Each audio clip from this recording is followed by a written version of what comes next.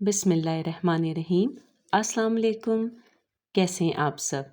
उम्मीद करती हूँ आप सब खैरियत से होंगे। तो आज की रेसिपी बहुत ही मज़ेदार बर्फ़ी की मैं बनाने जा रही हूँ। मौसम के एतबार से, क्योंकि इन दिनों मौसम बहुत ही खुशगवार हुआ है और जब भी बारिश का मौसम हो तो उसमें मीठा खाने का तो बहुत ही दिल करता है। अब सूजी या बेसन के जो हलवे हम बनाया करते हैं उससे थोड़ी सी हट के हम मिठाई बनाएंगे आज। तो ज़रूर इस रेसिपी को आपने एंड तक वॉच करना है। तो जी, आज हम बना रहे हैं बेसन और सूजी की बर्फ़ी। बहुत ही मज़े की लगती है ये, बहुत जल्दी बन के तैयार होती है और लाजवाब टेस्ट होता है इसका। बहुत हेल्दी बर्फ़ी की रेसिपी है, बच्चों और बड़ों दोनों के लिए फ़ायदेमंद है। इस रेसिपी को आपने ज़रूर ट्राई करना है और मुझे कमेंट सेक्शन में ज़रूर बताना है कि आपकी बेसन और सूजी की बर्फ़ी बनके कैसी तैयार हुई। तो रेसिपी को शुरू करते हैं। एक पैन के अंदर मैंने 3/4 कप जितनी सूजी ले ली है। अगर आप इसको ग्राम्स में देखें तो ये 125 ग्राम बनती है। लो फ्लेम के ऊपर आपने इस सूजी को तकरीबन 5 से 6 मिनट के लिए अच्छा सा ड्राई रोस्ट कर लेना है। इससे ये होता है कि सूजी बहुत अच्छे से पक जाती है और जब ये बन के तैयार होती है, ड्राई रोस्ट जब हम इसे करते हैं तो उसकी वजह से ये दानेदार बनती है। जब सूजी को भूनते हुए तकरीबन 5 से 6 मिनट हो जाएंगे तो हल्का हल्का सा इसमें आपको स्टीम उठता हुआ भी नज़र आएगा, जबकि ये लो फ्लेम के ऊपर ही भुन रही है। लेकिन यहाँ पर आपको पता चल जाता है कि सूजी बहुत अच्छी सी भुन चुकी है और बहुत प्यारी सी खुशबू आपको सूजी में से आना शुरू हो जाएगी। अब हम क्या करेंगे कि इस सूजी को एक बाउल के अंदर निकाल लेंगे। सूजी को हमने अच्छा सा भून लिया था और इसे एक बाउल में निकाल के बाउल को हम साइड पे रख देंगे।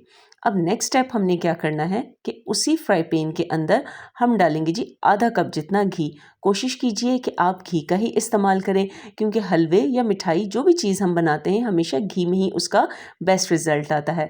तो आधा कप जितना मैंने घी ले लिया है, घी को मेल्ट होने दीजिए। अब हमने क्या करना है कि इसमें 1 कप जितना बेसन शामिल कर देना है। बेसन भी अगर ग्राम्स में देखें तो 125 ग्राम जितना है, लेकिन बेसन जो होता है वज़न में हल्का होता है, इसलिए वो आपको देखने में ज़्यादा लग रहा है। लेकिन बेसन और सूजी हमने सेम क्वांटिटी हमने ली है। तो यहाँ पर बेसन को हमने लो फ्लेम के ऊपर घी के साथ इसकी अच्छे से भुनाई करनी है। आँच हमने बिल्कुल तेज़ नहीं करनी, थोड़ा सा तहम्मुल और सब्र से काम लेना है। बहुत ज़्यादा टाइम नहीं लगता इसकी भुनाई में, इसको भी तकरीबन 3 से 4 मिनट ज़्यादा से ज़्यादा आपको लग जाते हैं। लेकिन ये है कि आपने बिल्कुल इसके पास खड़े रहना है और इसके पास से हटना नहीं, वरना ये होता है ना कि फिर बेसन जल जाता है और अगर बेसन इस तरह से जल जाए घी के साथ तो वो एक मिठाई जब हम खाने लगते हैं ना तो उसमें जले हुए बेसन की स्मेल सी आ जाती है। तो 3 से 4 मिनट में अच्छी सी भुनाई हो चुकी बेसन की। बेसन जब अच्छा सा भुन जाए तो इसकी निशानी ये भी होती है कि बहुत प्यारी सी इसकी खुशबू आनी शुरू हो जाती है। अब हम क्या करेंगे कि इसे भी सूजी वाले जो हमने एक बाउल है उसमें डाल देंगे। देखें, बेसन जब भुनता है तो ये अपना घी और छोड़ देता है, तो इस वजह से आपको पता चल जाएगा कि बेसन अच्छा सा भुन चुका है और इसका कलर देखें कितना खूबसूरत सा आ गया है। अब सूजी वाले बाउल में जब हमने बेसन को डाला है तो एक चम्मच की मदद से इन दोनों चीज़ों को हम आपस में अच्छे से मिक्स कर लेंगे। अब उसी पैन के अंदर ही हम लेंगे आधा कप चीनी। कोई टेंशन की बात नहीं, लाज़मी नहीं है कि आप इसे धोएं, बस इसी पैन के अंदर ही आधा कप जितनी चीनी हमने ले ली है और आधा कप जितना ही हमने पानी ले लिया है। अब इसको हमने लो टू मीडियम फ्लेम के ऊपर पकाना है। आधा टीस्पून जितना इसमें हमने इलायची पाउडर डाल दिया है। आप चाहें तो साबुत इलायची भी डाल सकते हैं, लेकिन अगर इलायची पाउडर आप हल्की सी कूट के इलायची डालते हैं ना तो उसकी खुशबू बड़ी प्यारी आती है। अब इसको सिर्फ हमने इतना पकाना है कि चीनी इसके अंदर अच्छी सी मेल्ट हो जाए। जैसे ही चीनी मेल्ट होगी तो सिर्फ 1 मिनट हम इसको और पकाएंगे, बस ज़्यादा हमने इसको नहीं पकाना। अब इसके अंदर हम ऐड कर देंगे बेसन और सूजी जो कि हमने पहले भून ली थी और मिक्स कर ली थी आपस में। इसी जो हमने शुगर सिरप बना लिया था इसी के अंदर हम ऐड कर लेंगे। हमने कोई 1-2 तार की चाशनी नहीं बनाई, सिर्फ और सिर्फ पानी के अंदर चीनी को हमने डिज़ोल्व कर लिया है। अब हम क्या करेंगे, अच्छे तरीके के साथ स्पैचुला को चलाते रहेंगे और इसे मिक्स कर लेंगे। सिर्फ और सिर्फ हमने 20 से 30 सेकंड सिर्फ चूल्हे को ऑन रखना है। चूल्हा ज़्यादा देर ऑन नहीं रखना, वरना ये कि बहुत ज़्यादा सख्त हो जाती है। बस 20 से 30 सेकंड हमने चूल्हा ऑन रखा, इसको आपस में अच्छे से मिक्स किया। अब यहाँ पर मैंने फ्लेम को कर दिया ऑफ, क्योंकि ये आपस में अच्छे से मिक्स हो चुकी है। क्योंकि फ्लेम अगर हम ऑन कर देंगे तो ये बहुत हार्ड सी हो जाएगी और बाद में जब हम इसे खाएंगे तो ये बहुत ज़्यादा दांतों में चिपकने वाली सी हो जाएगी। तो बेहतरीन सा हमारा टेक्सचर जो है हमारी बेसन और सूजी की बर्फ़ी का बन के तैयार हो चुका है। अब यहाँ पर मैंने एक पैन ले लिया है टिन ले लें आप, किसी भी चीज़ का। बेकिंग टिन है मेरे पास। आप इसके अलावा ट्रे भी ले सकते हैं, कोई भी प्लास्टिक की, स्टील की प्लेट ले सकते हैं। अगर बटर पेपर नहीं है, मैंने इसमें बटर पेपर लगाया, तो आप उसको वैसे भी ऑयल के साथ ग्रीस कर सकते हैं। मैंने यहाँ पर इसके ऊपर बटर पेपर लगा लिया था और बिल्कुल मामूली सा इसको हल्का सा मैंने ग्रीस कर लिया था। अब उसके बाद ये जो हमारा बैटर था, तो ये गरम गरम बैटर ही मैंने इसके अंदर डाल दिया है। बैटर को इसके अंदर डालने के बाद अब इसका आपको पैन को अच्छी तरीके के साथ सेट कर लें।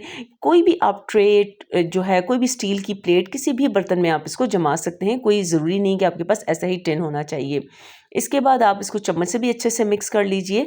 और अब इसके ऊपर थोड़े से मेरे पास यहाँ पर कटे हुए बादाम हैं और कटे हुए पिस्ताशियो हैं। आप चाहें तो कोई भी ड्राई फ्रूट इसके ऊपर डाल सकते हैं, पिसा हुआ खोपरा भी आप डाल सकते हैं, कोई भी चीज़ आप इसके ऊपर डाल सकते हैं। इस तरीके के साथ सारे हमने कटे हुए नट्स डाल दिए हैं। उसके बाद किसी भी चम्मच या स्पैचुला की मदद से हल्के हाथ के साथ इसको प्रेस कर दीजिए, ताकि जब इसको रेस्ट आ जाएगा तो उसके बाद नट्स जो हैं वो ऊपर से ये गिरेंगे नहीं और ये अच्छे से इसके साथ सेट हो जाएंगे। 2 से 3 घंटे के लिए आप इसे रेस्ट दे दीजिए। तकरीबन 2 घंटे मैंने इसे रूम टेम्परेचर पे छोड़ दिया, फिर आधे घंटे के लिए मैंने इसे फ्रिज में रख दिया था सेट होने के लिए। तो अब इसको तकरीबन 2.5 से 3 घंटे हो चुके हैं। तो अब मैं आपको दिखाती हूँ कि माशाल्लाह माशाल्लाह से हमारी जो बेसन और सूजी की बर्फ़ी है बेहतरीन सी बन के तैयार हो चुकी है। अब बटर पेपर लगाने का ये मकसद था कि देखें आसानी के साथ फिर ये है इस ट्रे से या टिन से, जिससे भी आप निकालना चाहें, आसानी के साथ निकल आती है। तो माशाल्लाह से बेहतरीन सी हमारी जो है बर्फ़ी बन के बिल्कुल सेट हो चुकी है, तैयार हो चुकी है। आप इसे अपनी मर्ज़ी के हिसाब से इसकी कटिंग कर सकते हैं, जिस तरीके के साथ आपको पीसेस पसंद हैं। आप चाहे तो इसके रेक्टेंगल पीसेस कीजिए, स्क्वायर पीसेस कीजिए, या डायमंड कटिंग में जैसे टुकड़ी हम कटिंग करते हैं उस कटिंग में भी आप इसको कट कर सकते हैं। वो आपके अपने ऊपर डिपेंड करता है। तो यहाँ पर इसकी आप कटिंग कीजिए, आसानी के साथ ये कट हो जाएगा। तो देखिए बेकरी से हम बहुत ही महंगी बर्फ़ी लेकर आते हैं, लेकिन जो आज मैंने आपको तरीका बताया है उससे एक तो आपकी बर्फ़ी बहुत जल्दी बन जाएगी, दूसरा बहुत ही कम बजट में बनेगी। बहुत ही अमेजिंग और यमी बेसन और सूजी की बर्फ़ी बन के तैयार हुई है। सबसे अच्छी बात इसकी ये कि बजट फ्रेंडली रेसिपी है। बर्फ़ी तो आपने बहुत सारी खाई होंगी, लेकिन इस रेसिपी को ज़रूर ट्राई कीजिएगा, क्योंकि ये बर्फ़ी सबको बहुत पसंद आएगी। अगर चीज़ें घर में कम हों और बर्फ़ी खाने का दिल करे, तो फिर इस रेसिपी से आप मज़ेदार और ढेर सारी बर्फ़ी बना के खा भी सकते हैं और आप इसको संभाल भी सकते हैं। तकरीबन आप इसे 1 हफ़्ता तक एयर टाइट जार में डाल दीजिए। इसे चाहे फ्रिज में आप रख दीजिए, और इसे आप किचन में भी रख सकते हैं। अगर आप इसे किसी बॉक्स में डाल के किचन में भी रख दें तो 2-3 दिन तक आप आराम से इसे इस्तेमाल कर सकते हैं। और अगर आप फ्रिज में रखेंगे तो तब हफ्ता 10 दिन तक इस बर्फ़ी को कुछ भी नहीं होगा।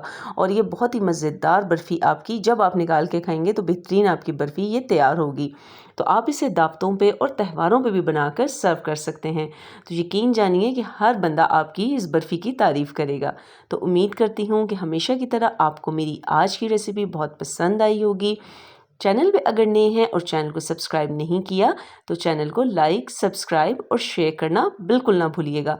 और अगर बेल आइकन को आपने प्रेस नहीं किया तो उसे ज़रूर प्रेस कीजिएगा, उससे हर आने वाली नई वीडियो का नोटिफिकेशन आपको बआसानी मिल सकेगा।